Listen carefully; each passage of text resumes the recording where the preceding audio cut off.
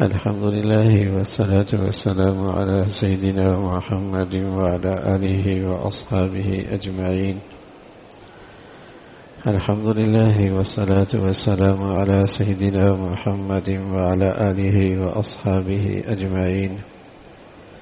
أما بعد فأعوذ بالله من الشيطان الرجيم. بسم الله الرحمن الرحيم. أفمن شرح الله صدره للإسلام فهو على نور من ربه. وقال الله تعالى: ألف لام را كتاب أنزلناه إليك لتخرج الناس من الظلمات إلى النور. صدق الله العظيم. اللهم صل على سيدنا محمد وعلى آل سيدنا محمد وبارك وسلم. اللهم صل على سيدنا محمد النبي الأمي وعلى آله وأصحابه وسلم. میرے معزز مسلمان بزرگوں، عزیز بھائیوں اور امت مسلمہ کی مقدس ماں اور بہنوں، کفر ہے، شرک ہے، نفاق ہے، ظلم ہے، خیانت ہے، فسق و فجور ہے، یہ ساری تاریکیاں ہیں، یہ سارے اندھیرے ہیں، یہ ساری ظلمتیں ہیں جو پیارے نبی کے آنے سے پہلے اس دنیا میں چھائی ہوئی تھی.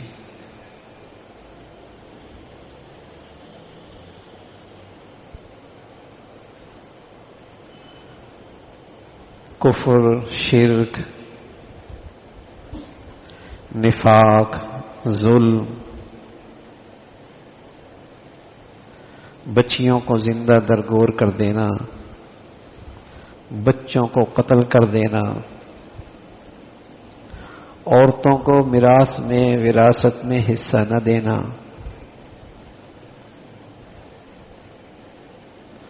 عورتوں کو کی جان، مال، عزت، آبرو میں کوئی حق نہ رکھنا، تو یہ وہ ساری ظلمتیں ہیں،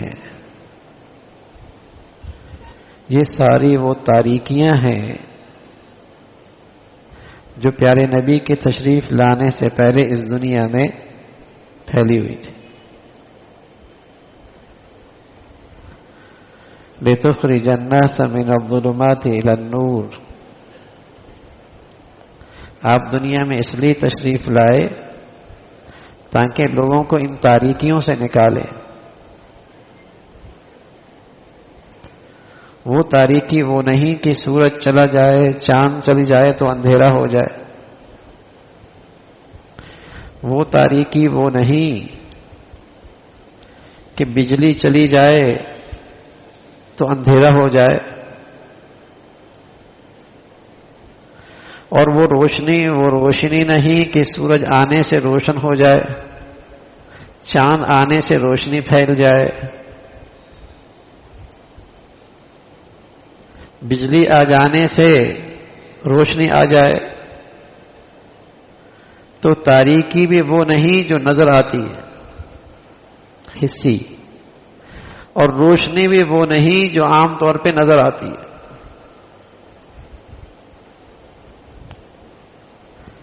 اس تاریکی سے مراد کفر کی تاریکی، شرک کی تاریکی، جہالت کی تاریکیاں. یہ دنیا میں اس وقت تاریکیاں ہیں، تاریکیاں اندھیرے تھے.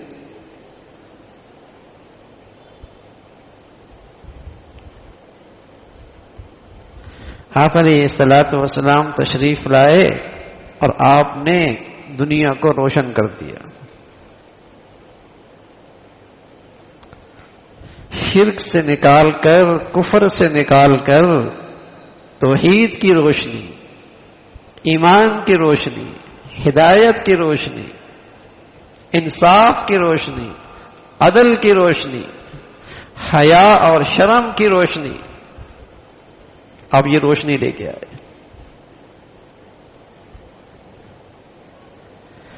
تو آپ کی تشریف آوری سے پہلے دنیا ظلم کدہ بنی ہوئی تھی، اندھیرے ہی اندھیرے تھے.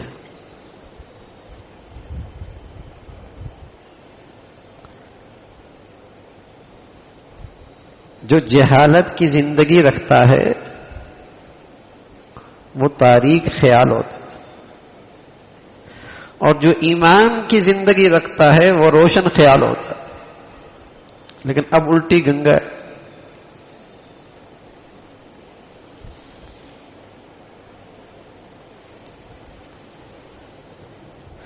جہالت کی علامات تھی شراب نوشی، جوا،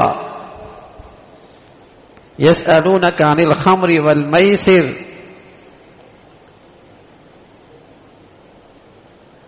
یہ زندگی جہالت کی تھی جہاں شراب نوشی تھی، جہاں جوا کھیلا جاتا تھا، جہاں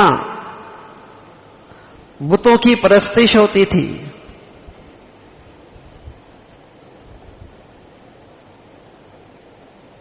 جہاں ہر طرف ظلم ہی ظلم تھا، اولاد سے نفرت کی جاتی تھی، بچیوں کو زندہ درگور کر دیا جاتا تھا، بچوں کو معاش کی وجہ سے قتل کر دیا جاتا تھا. یہ جہالت کی ساری شکلیں تھیں. تو ایسی تہذیب اختیار کرنے والے تاریک خیال ہوتے ہیں، جن کی سوچ میں، خیالات میں، فکر میں تاریکی ہے، اندھیرا ہے، ظلمت ہے. اور جنہیں اللہ نے ایمان کی دولت دی، ہدایت کا نور دے دیا، اپنے نبی کی اتباع دے دی، یہ روشن خیال ہے، یہ روشن خیال ہے. تو پیارے رسول صلی اللہ علیہ وسلم اس دنیا میں آئے، اور آپ کے آمد کا مقصد کیا؟ لِتُخْرِجَ النَّاسَ مِنَ الظُّلُمَاتِ إِلَى النُّورِ، تاکہ لوگوں کو آپ اندھیروں سے، تاریکیوں سے نکالیں روشنی کی طرف. اندھیرے بہت ہیں، اندھیرے بہت ہیں، روشنی ایک ہی ہے، ایمان، اسلام، ہدایت. ان تاریکیوں سے نکال دو اور روشن زندگی آپ لے کے آئے، چمکتی زندگی. لِتُخْرِجَ النَّاسَ مِنَ الظُّلُمَاتِ إِلَى النُّورِ، ایک روشن زندگی. تو زمانہ جاہلیت میں شرک کا اندھیرا تھا، کفر کا اندھیرا تھا،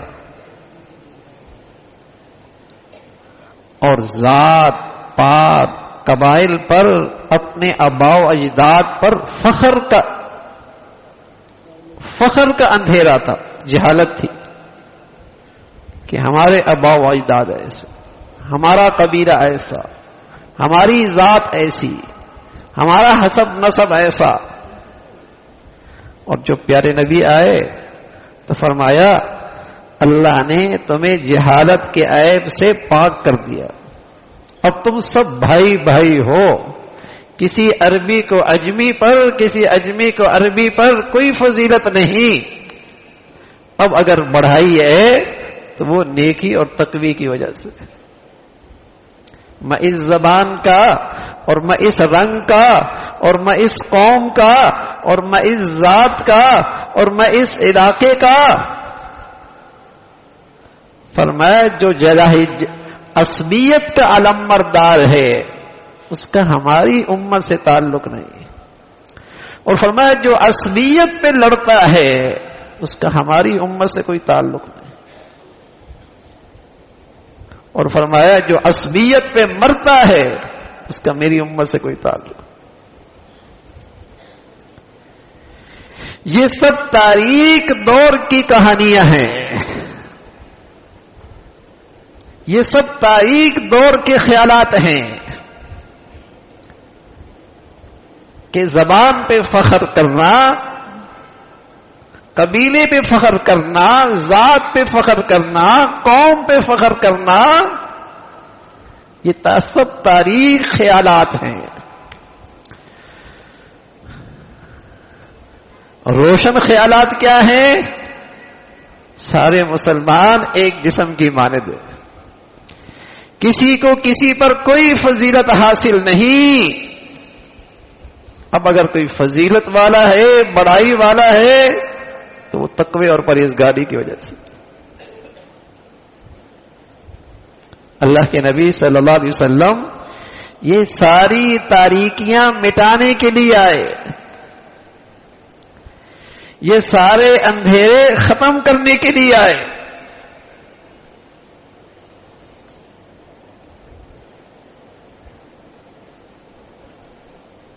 اور آپ کے محبت میں اور آپ کی فرما برداری میں اور آپ کی اطاعت میں اس امت میں جو سب کے امام تھے وہ اولین مسلمان تھے، حضرات صحابہ تھے.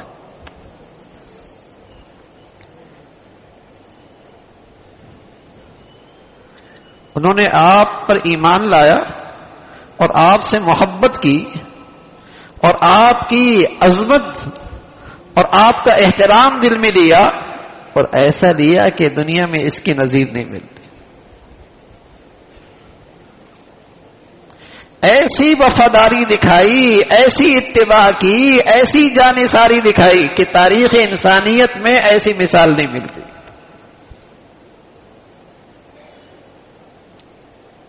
تو اس امت کے سب سے روشن خیال حضرات صحابہ، سب سے روشن چمکتی زندگیاں حضرات صحابہ. اس لیے پیارے نبی فرمایا کرتے تھے کہ جب میری امت تفرقوں میں بٹ جائے گی، گروہوں میں بٹ جائے گی، فرقوں میں بٹ جائے گی، تو بس یہ دیکھ لینا کہ میری زندگی کیسی ہے اور میرے صحابہ کی زندگی کیسی ہے. بس یہی مسئلے کا حل ہے.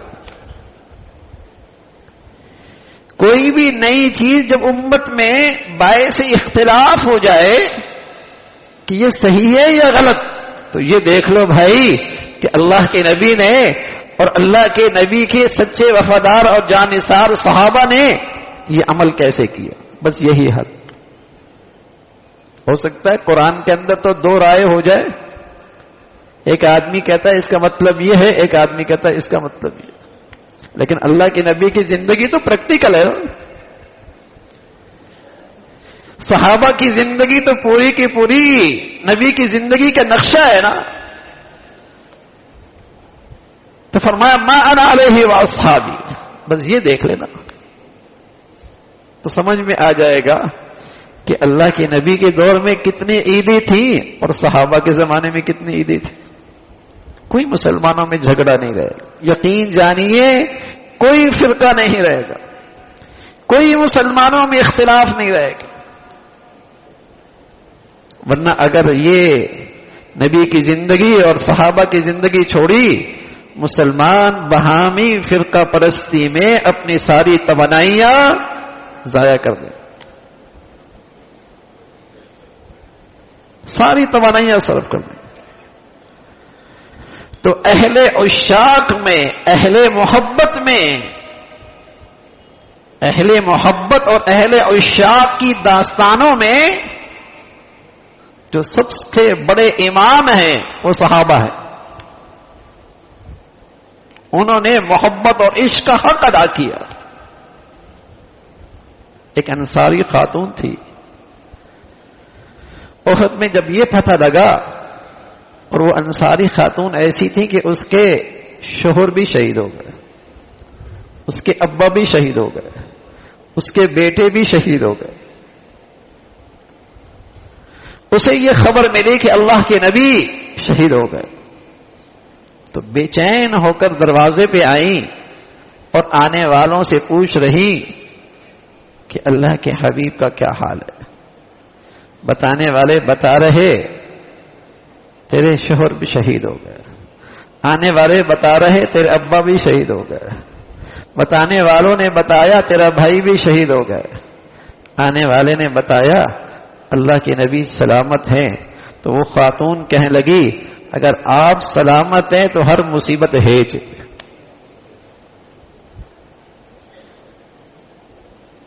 آپ ٹھیک ہیں سب ٹھیک ہے.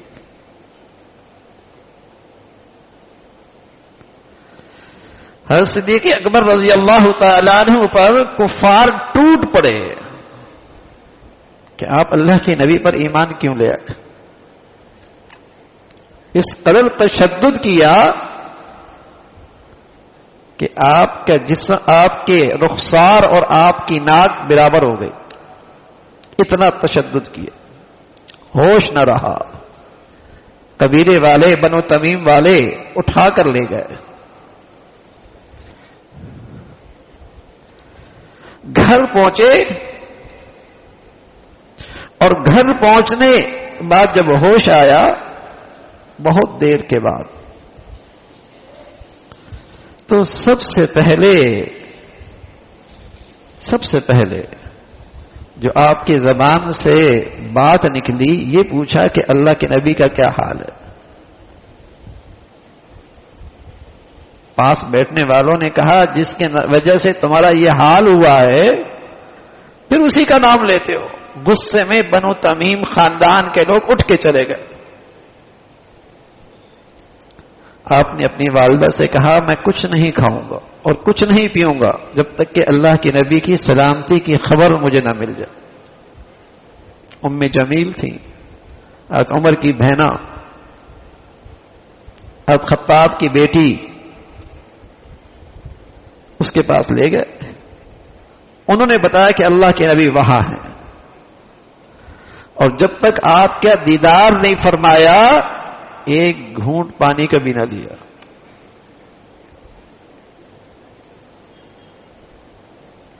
زید بن ثابت فرمانے لگے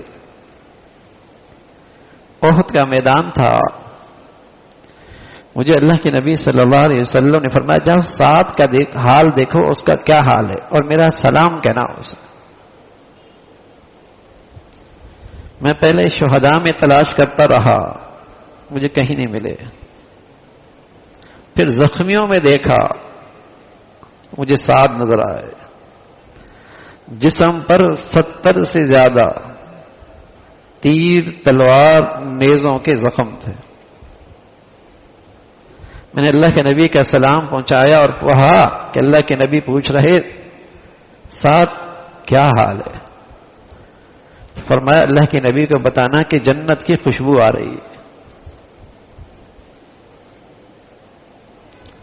اور ساتھ سے کہنے لگے سعد اللہ کے نبی کا خیال رکھنا. انصار کو میرا پیغام دے دینا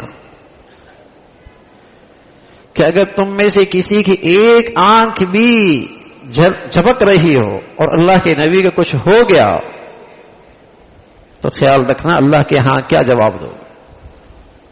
جاتے جاتے بھی اپنے محبوب کی فکر ہے.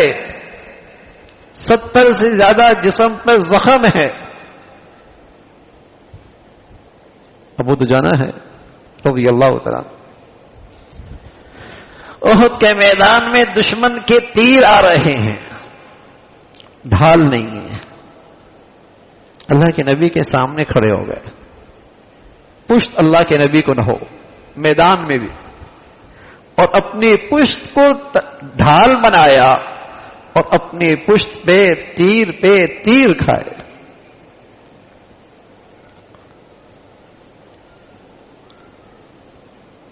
اگر انسانیت نے محبت کا صحیح مصرف دیکھنا ہے تو وہ محبوب خدا کو دیکھے اور محبت کرنے والے دیکھنے ہیں اور عشاق دیکھنے ہیں تو وہ حضرات صحابہ کو دیکھنا. ورنہ تو دنیا نے اس فطرتی دولت کو، محبت کو ضائع کر دیا ہے، گندگیوں پہ ضائع کر دیا ہے، زہری چمک دمک پہ ضائع کر دیا ہے۔ اگر انسانیت میں اس محبت کا کوئی صحیح مصرف ہے تو وہ محبوب خدا ہے، اور اس محبت کا کسی نے حق ادا کیا ہے تو وہ حضرات صحابہ ہیں رضوان اللہ علیہم اجمعین۔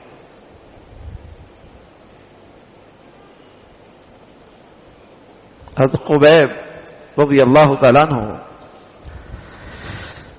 پھانسی کے پھندے پہ لے کے جایا گیا، تختہ دار پہ۔ امتحان لینے والوں نے امتحان لیا کہ بتاؤ اگر تمہیں آزادی مل جائے اور اس کے بدلے میں جن پر تمہارا ایمان ہے انہیں لا کھڑا کر دیا جائے تو کیسا رہے گا؟ حضرت خبیب تڑپ کر فرمانے لگے تم نے ہماری محبت کی قیمت غلط لگائی، ہمیں آزاد کر دیا جائے اور اس کے بدلے میں اللہ کے حبیب کے پاؤں میں کانٹا چبھ جائے، ہمیں یہ بھی برداشت نہیں۔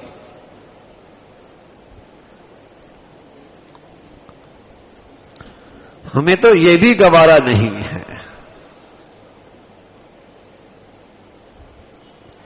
تو عشق اور محبت کی ساری داستانیں، تمام داستانوں میں ایسی مثالیں نظیر نہیں ملتی جو ان اولین مسلمانوں نے اپنے نبی سے محبت کی۔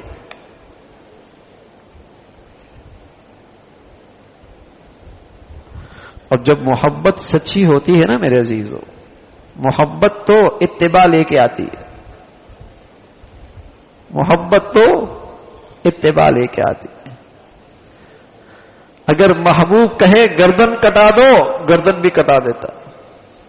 محبت اطاعت لے کے آتی ہے، محبت فرما برداری لے کے آتی ہے۔ باپ سے محبت ہو تو فرما بردار بھی ہوگا، استاد کا احترام اور عظمت ہوگا تو فرما بردار بھی ہوگا۔ اگر واقعی محبت رسول ہے، عشق رسول ہے، تو ایسا نہیں ہو سکتا کہ پھر اطاعت اور فرما برداری نہ ہو۔ شراب گھٹی میں پڑی ہوئی تھی، 20 نام تھے ان کے معاشرے میں شراب کے، 20 نام۔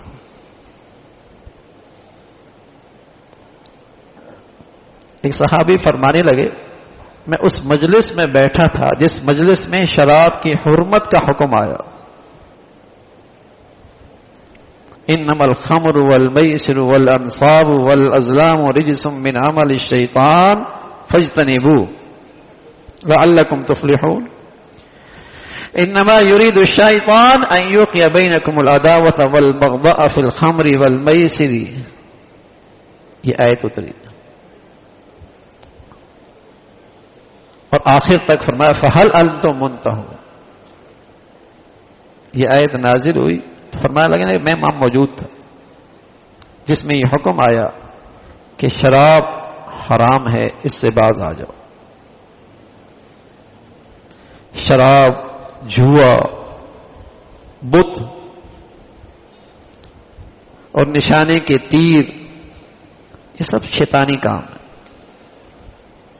دور رہو ان سے۔ شیطان تمہیں شراب میں اور جوئے میں مبتلا کے تمہارے اندر دشمنیاں پیدا کرتا ہے اور تمہیں اللہ کی یاد سے، نماز سے دور رکھتا ہے۔ کیا تم اب بھی اسے باز نہیں آؤ گے؟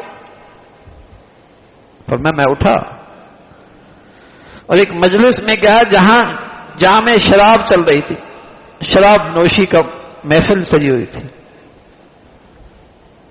میں نے یہ اللہ کا حکم سنایا جو میں نے اللہ کے نبی کی مجلس میں سنا، فَهَلْ أَنْتُمْ مُنْتَهُونَ۔ تو کسی کے ہاتھ میں تھا، کسی کے حلق میں تھا، کسی کے منہ میں تھا، جہاں جہاں جتنی شراب تھی وہیں سے انہوں نے انہیں پھینک دیا، طے کر دی، انگلی ڈال کر باہر نکال دیا۔ اس کے مٹکے توڑ دیے، نشانات مٹا دیے. سبحان اللہ. ایسی محبت ہے تو پھر ایسی اطاعت بھی ہے.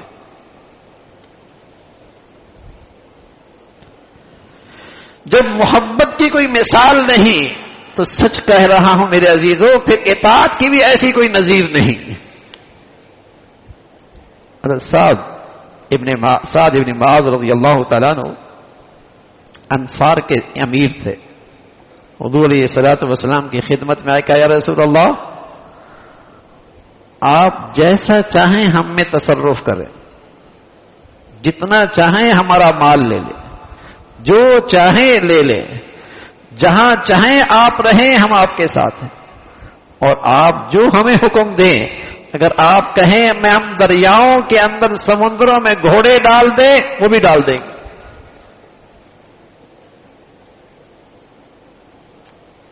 ایسی اطاعت، ایسی فرما برداری.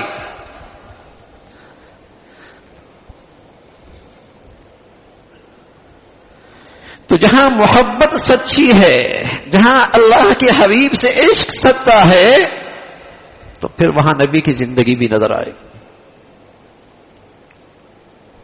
اور اسی زندگی کا نام ہے روشنی، نور، پر نور معاشرہ، محبت بھرا معاشرہ، اخوت بھرا معاشرہ، اسلامی برادری کا معاشرہ، باخلاق معاشرہ، عدل و انصاف رحم دلی کا معاشرہ، اسی کا نام. آج ہم خرافات میں تو ہر سال ایک نئی خرافات کے ساتھ آگے بڑھ رہے ہیں، لیکن ہمارے معاشرے میں تاریکیاں بڑھ رہی ہیں، نبی کی زندگی کے اخلاق نظر نہیں آتے، معاملات کی زندگی میں نبی کی زندگی کا نور نظر نہیں آتا، ہماری غمی اور خوشیوں میں نبی کی سنتوں کی روشنی نظر نہیں آتی. خرافات میں، بدعات میں تو آئے دن اضافہ ہے، لیکن ہم پستی کی طرف جا رہے ہیں، رسوائی کی طرف جا رہے ہیں، نفرتوں کی طرف جا رہے ہیں، اس لیے کہ نبی کی زندگی کا نور، زندگی کا اخلاق وہ ہماری زندگیاں اس سے خالی ہوتی جا رہی. تو ایسی اطاعت اور فرما برداری، محبت بھی اور اطاعت.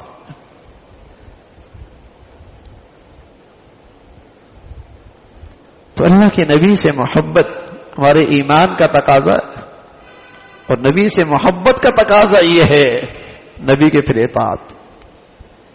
آپ کی ایک ایک سنت پہ اور آپ کی ایک ایک ادا پہ مر مٹنے کا جذبہ.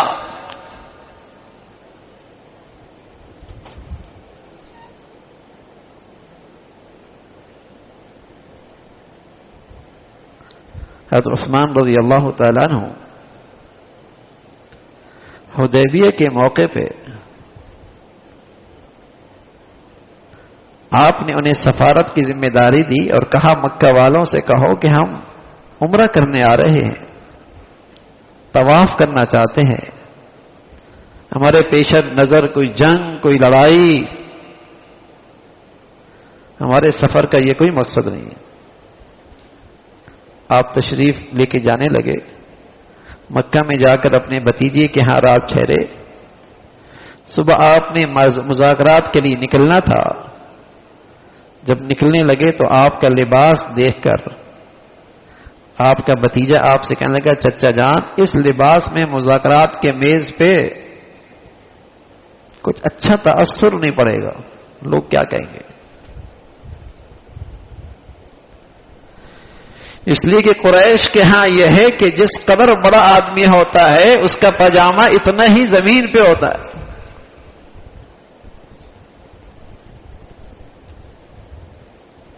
اس لباس میں آپ جائیں گے تو مذاکرات میں وزن نہیں پڑے گا. جسے اپنے نبی کی سنتوں کی عظمت نصیب ہو اور طور طریقوں کی قدر و قیمت کا کہ دولت نصیب ہو، وہ پھر احساس کمتری کا شکار نہیں ہوتا، وہ پھر احساس کمتری کا شکار نہیں ہوتا، وہ پھر بڑا اعتماد کے ساتھ اپنی نبی کی زندگی اپناتا ہے۔ فرمانے لگے میں نے تو اپنے محبوب کو اسی لباس میں دیکھا، دنیا کچھ بھی کہتے رہے، لوگ کیا کہیں گے،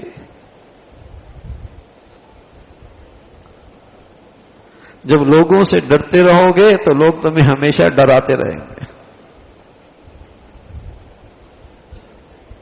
ہمیشہ ڈراتے رہیں گے۔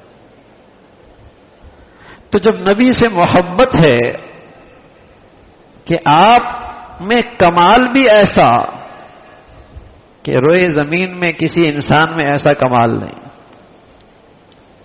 اور آپ کے جسم سے نکلنے والی زندگی میں جمال بھی ایسا کہ ایسی خوبصورت زندگی کی بھی کسی کی نہیں۔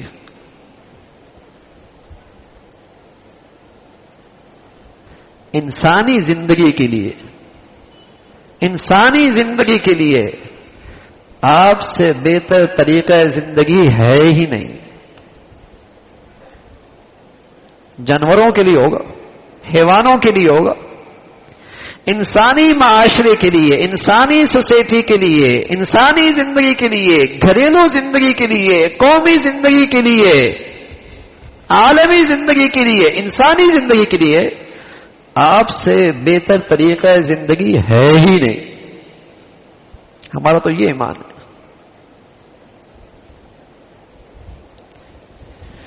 کہ کمال بھی ایسا کہ اللہ کے بعد کوئی ہستی ہے تو وہ آپ کی ذات، اور آپ کے جسم سے نکلنے والی زندگی میں جمال اور خوبصورتی بھی ایسی ہے کہ اس سے بہتر طریقہ زندگی ہو ہی نہیں سکتا۔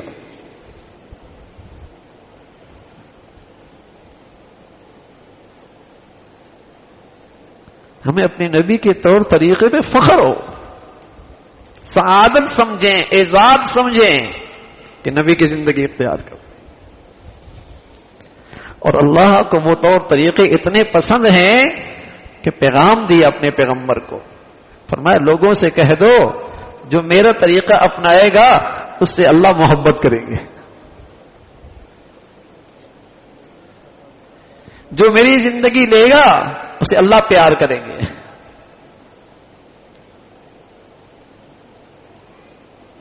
تو جہاں سچی محبت ہے وہاں اطاعت رسول بھی ہے، وہاں اللہ کے رسول کی فرما برداری بھی ہے کہ اللہ کے نبی نے یہ کیا ہے۔ اور جہاں سنت آئے گی، جہاں نبی کی زندگی آئے گی، جہاں نبی کی شریعت آئے گی، نہ جہاں نبی کی سیرت آئے گی، جہاں نبی کی اخلاق آئیں گے، یقین جانیے وہاں محبت بھی آئے گی، اتفاق بھی آئے گا۔ اور جہاں سے سنت چلی جائے گی، بدعات آئیں گی، جہاں بدعات آئیں گی وہاں مسلمانوں میں اتفاق بھی جاتا رہے گا اور آپس کی محبت بھی چلی جائے گی۔ سنت اور بدعت میں ایک بہت واضح فرق جو آنکھوں سے نظر آئے گا آپ کو کہ سنت صدیاں گزر جائیں ایک جیسی رہے گی، اور بدعت ہر سالوں کے بعد ایک نیا رنگ اختیار کرے گی۔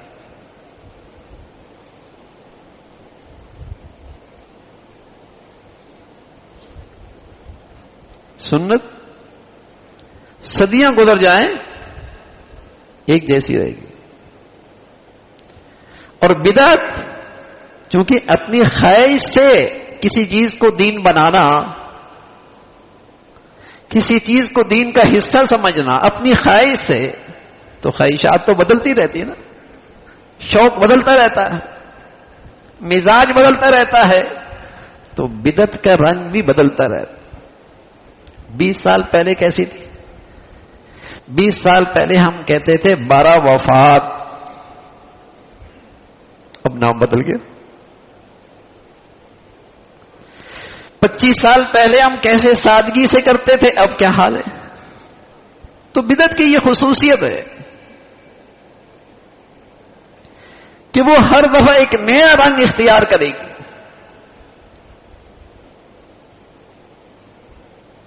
40 سال پہلے آپ کیک نہیں کاٹتے تھے، اب کیک بھی کاٹیں گے. اس کی کوئی انتہا نہیں. بس ایک چیز رہ گئی کہ عید کی نماز کب ہوگی.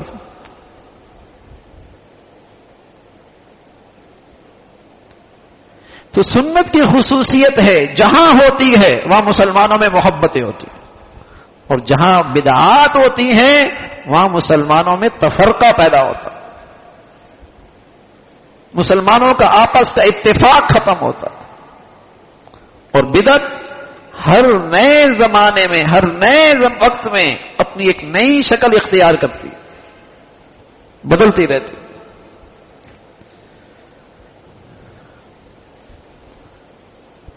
اذان ہے لا الہ الا اللہ پہ ختم ہو رہی ہے، لا الہ الا اللہ پہ ختم ہو رہی ہے. اگر میں اسے بڑھا دوں اور کہوں لا الہ الا اللہ محمد الرسول اللہ، کوئی غلط چیز تو نہیں ہے، لیکن چونکہ اللہ کے نبی نے نہیں کیا، چاہے کتنا ہی اچھا نام لیا آپ نے، بلکہ کائنات میں اس سے پیارا نام ہے ہی کوئی نہیں، محمد صلی اللہ علیہ وسلم، کہ اس کے نام کے ادا کرنے کے اندر بھی ہونٹ ایک دوسرے کا بوسہ لیتے ہیں اور 2 مرتبہ بوسہ لیتے ہیں محمد. لیکن وہی اذان میں آپ وہ جملہ بڑھا دیں، آپ کہیں گے اذان نہیں ہوئی. کوئی غلط الفاظ تو نہیں کہے آپ؟ کائنات کی سب سے بڑی ہستی کا ہی تو نام لیا ہے.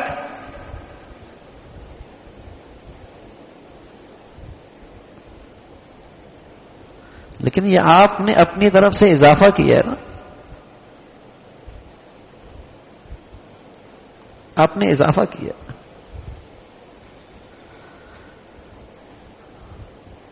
آپ کہیں نہیں مغرب 3 تھی اب 4 پڑھیں گے، اور چوتھی میں کوئی آپ غلط کام تو نہیں کریں گے. کچھ تلاوت بڑھ جائے گی، کچھ ذکر بڑھ جائے گا، کچھ تسبیحات بڑھ جائیں گی، کچھ اذکار بڑھ جائیں گے، لیکن کہتے ہیں نماز نہیں ہوئی.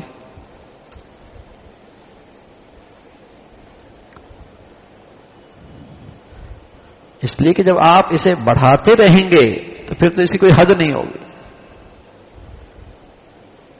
تو میرے عزیزو، پیارے نبی سے سچی محبت کا تقاضا یہ ہے کہ آپ کی اداؤں کی اتباع کرو، اپنی خواہش کی اتباع نہیں، اپنے جذبات کی اتباع نہیں. عشق اور محبت میں مثال دیکھنی ہے، نظیر دیکھنی ہے تو صحابہ کی زندگی دیکھ لیں. صحابہ نے زندگی دیکھ لی کہ ان بزرگوں نے آپ سے محبت اور عشق کا کیا انداز اختیار کیا.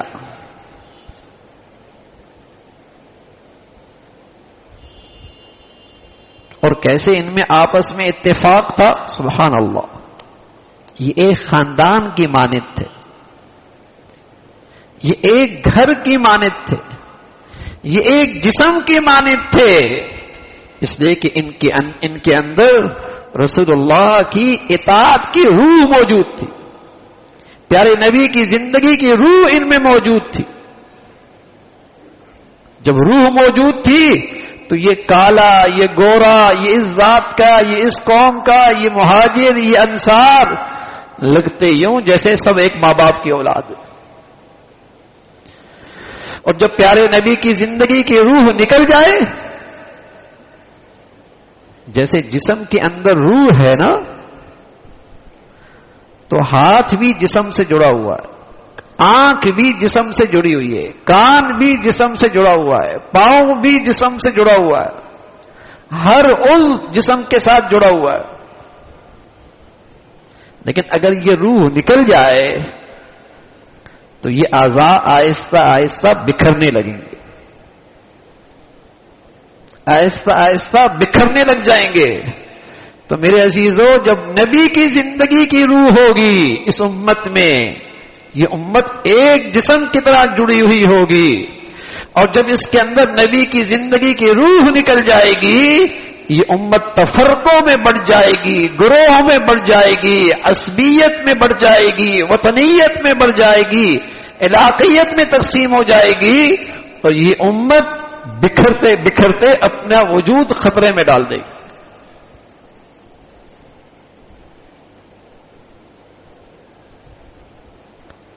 اس لیے باطل چاہتے ہیں کہ مسلمان ان ظاہری مظاہروں کے اندر تو رہیں لیکن اطاعت رسول سے دور رہیں۔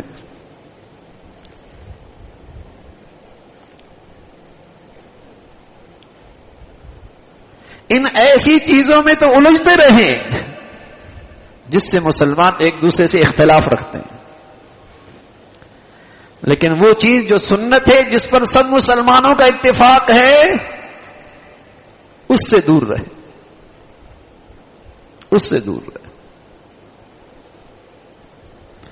قومی سطح پہ کبھی آپ نے دیکھا کہ نبی کی شرم و حیا جو آپ کے اخلاق ہیں، اس کی حوصلہ افزائی ہو رہی ہے؟ آپ آئے اور دنیا کے اندر سے سود ختم کیا، قومی سطح پہ اس کی حوصلہ افزائی ہو رہی ہے؟ عفت اور پاک دامنی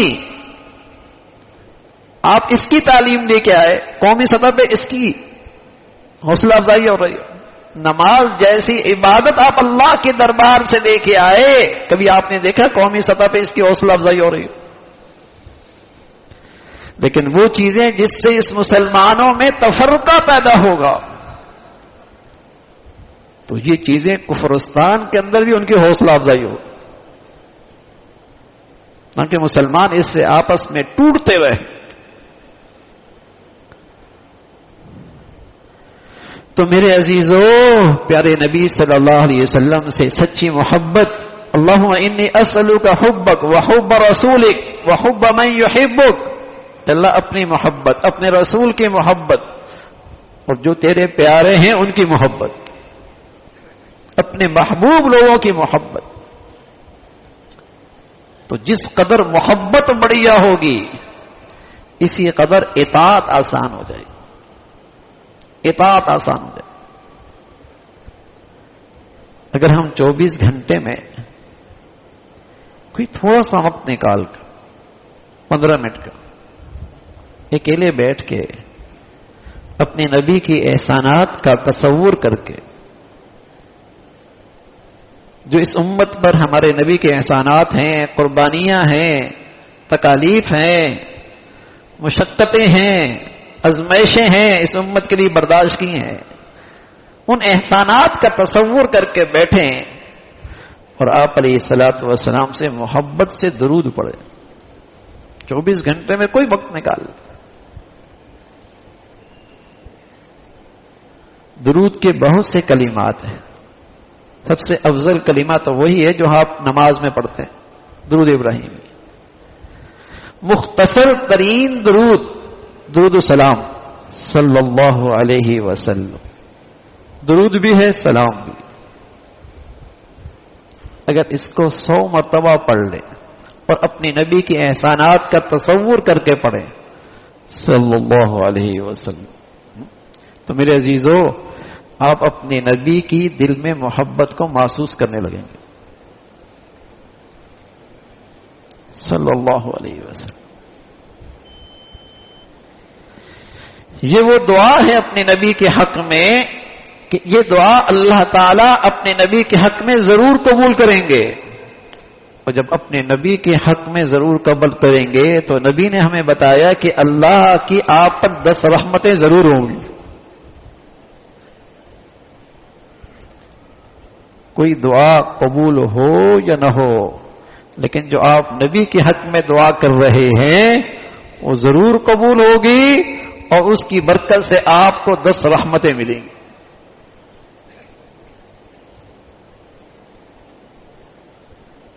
دس رحمتیں ملیں گی۔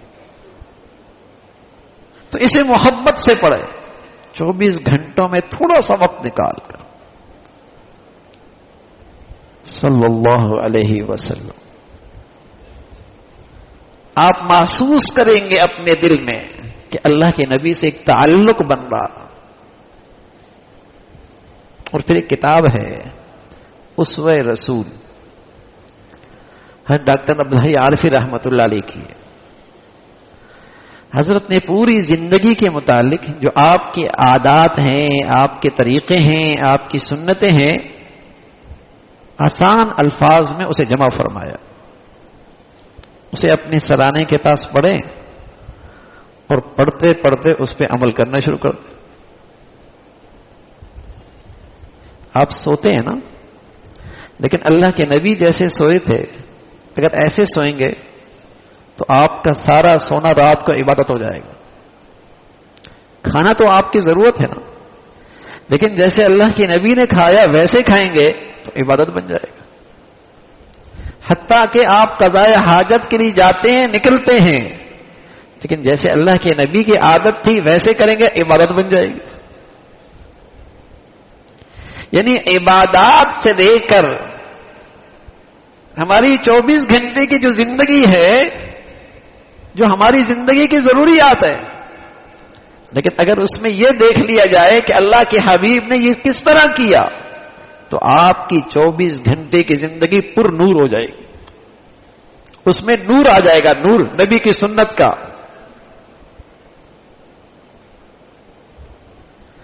تو 24 گھنٹے میں کوئی وقت نکال کر محبت کے ساتھ، عقیدت کے ساتھ اپنے محبوب پر درود پڑھا کر.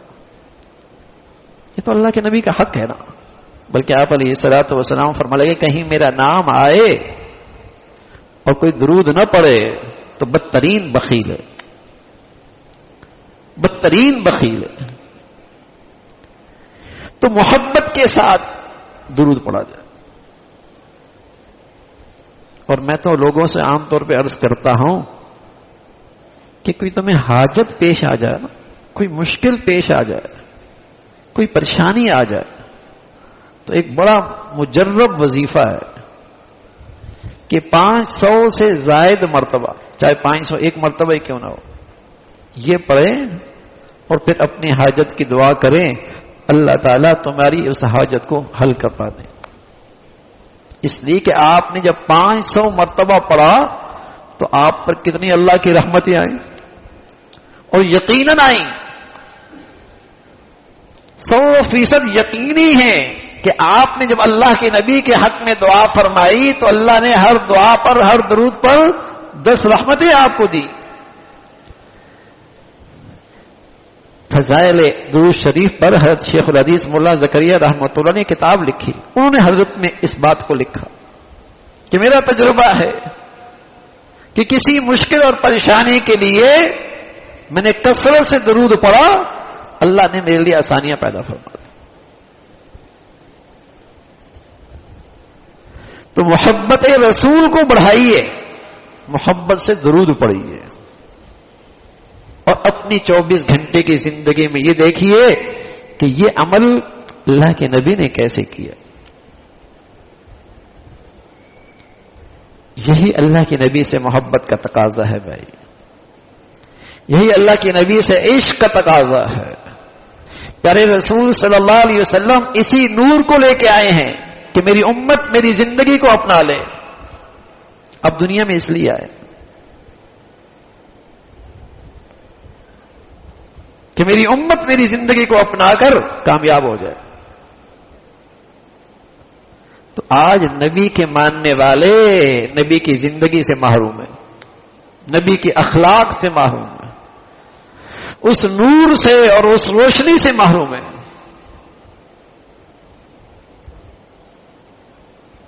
تو اللہ کے نبی کی پر اس محبت کے اظہار اس طرح کریں کہ ہر ہمارا طریقہ کیسے ہو جائے جیسے اللہ کے نبی نے کیا، یہ کریں. تیسری چیز جو اللہ کے نبی کی زندگی میں خاص طور پر ہے، خاص طور پر، اور حدیث کی بڑی کتابوں میں ہر جگہ اس کا خاص ذکر ہے، وہ ہیں پیارے نبی کی پیاری پیاری دعائیں. پیاری پیاری دعائیں. اور بھائی جس طرح اللہ کے نبی نے اللہ سے مانگا ہے ایسا اور کوئی نہیں مانگ سکتا، اور ان الفاظ سے اور کوئی نہیں مانگ سکتا۔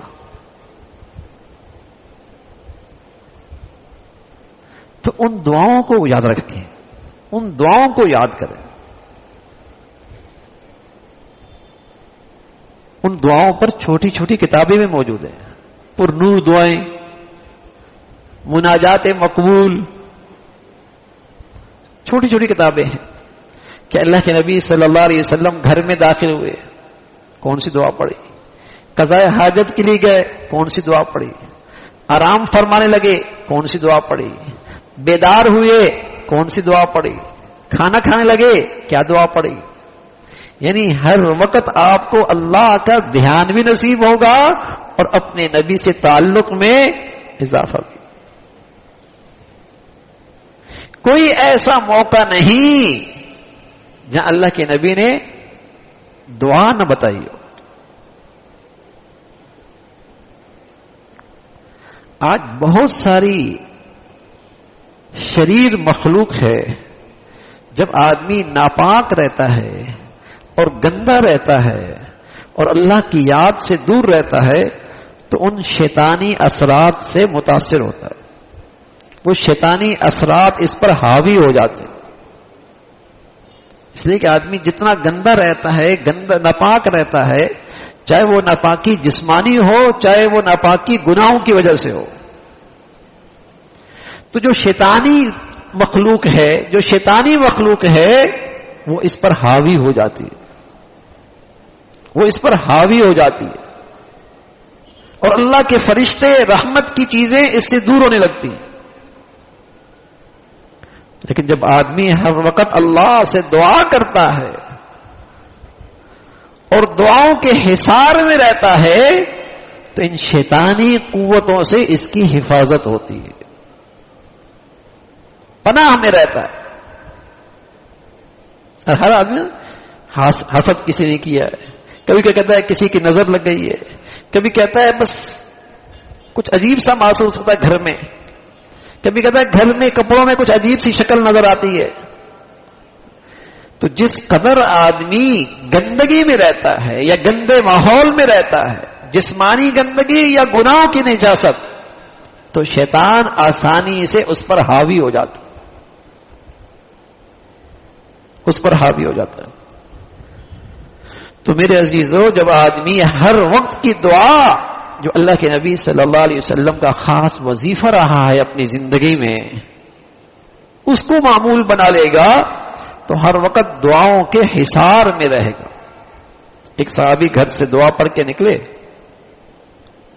تو اسے کسی نے جا کر خبر دی، اس نے دور سے دیکھا کہ وہاں جہاں ان کا گھر ہے وہاں شعلے بھڑک رہے، تو صحابی سے کہا تمہارے گھر میں آگ لگی ہے۔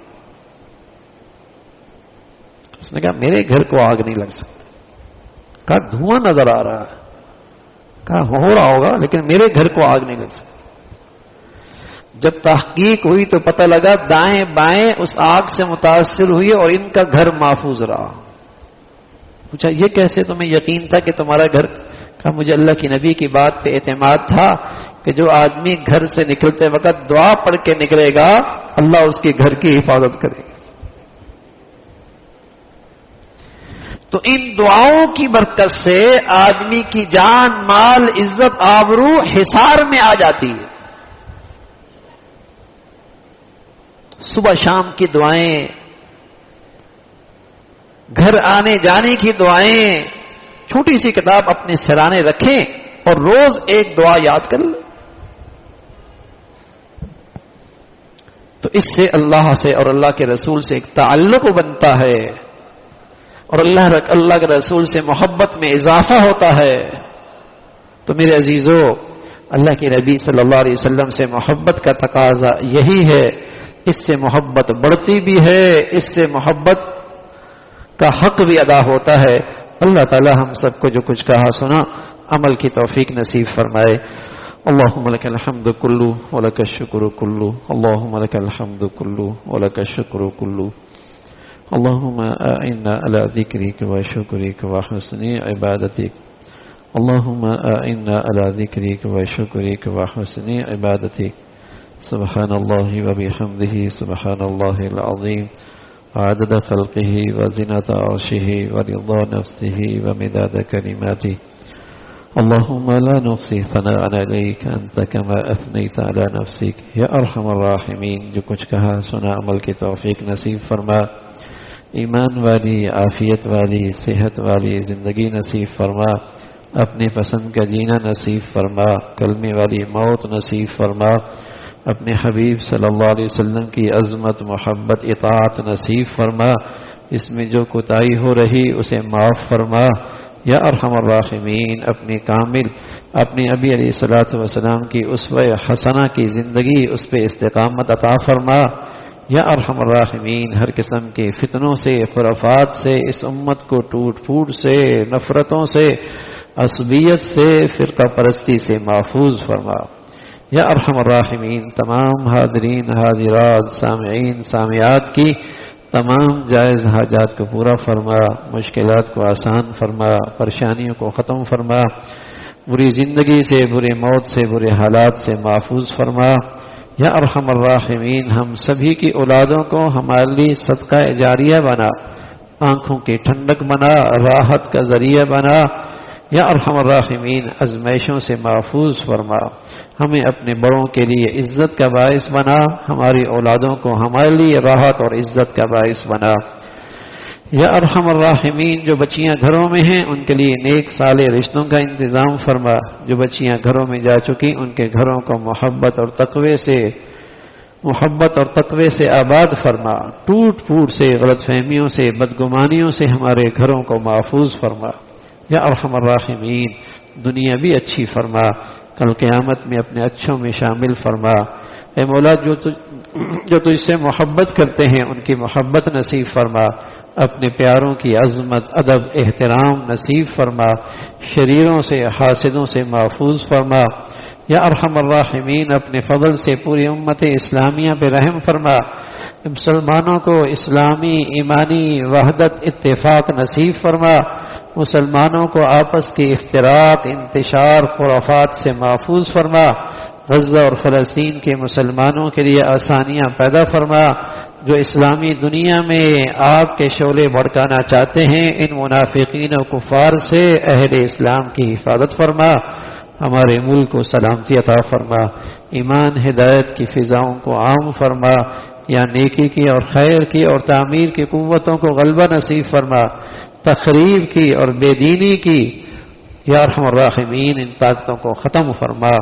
اپنے فضل سے ہمارے ملک کو سلامتی عطا فرما، پوری امت اسلامیہ کو سلامتی عطا فرما. ربنا تقبل منا انك انت السميع العليم وتب علينا انك انت التواب الرحيم. وصلى الله على سيدنا محمد وعلى اله واصحابه اجمعين برحمتك يا رب، برحمتك يا رب، برحمتك يا رب، برحمتك يا رب، برحمتك يا رب، برحمتك يا رب، برحمتك يا رب.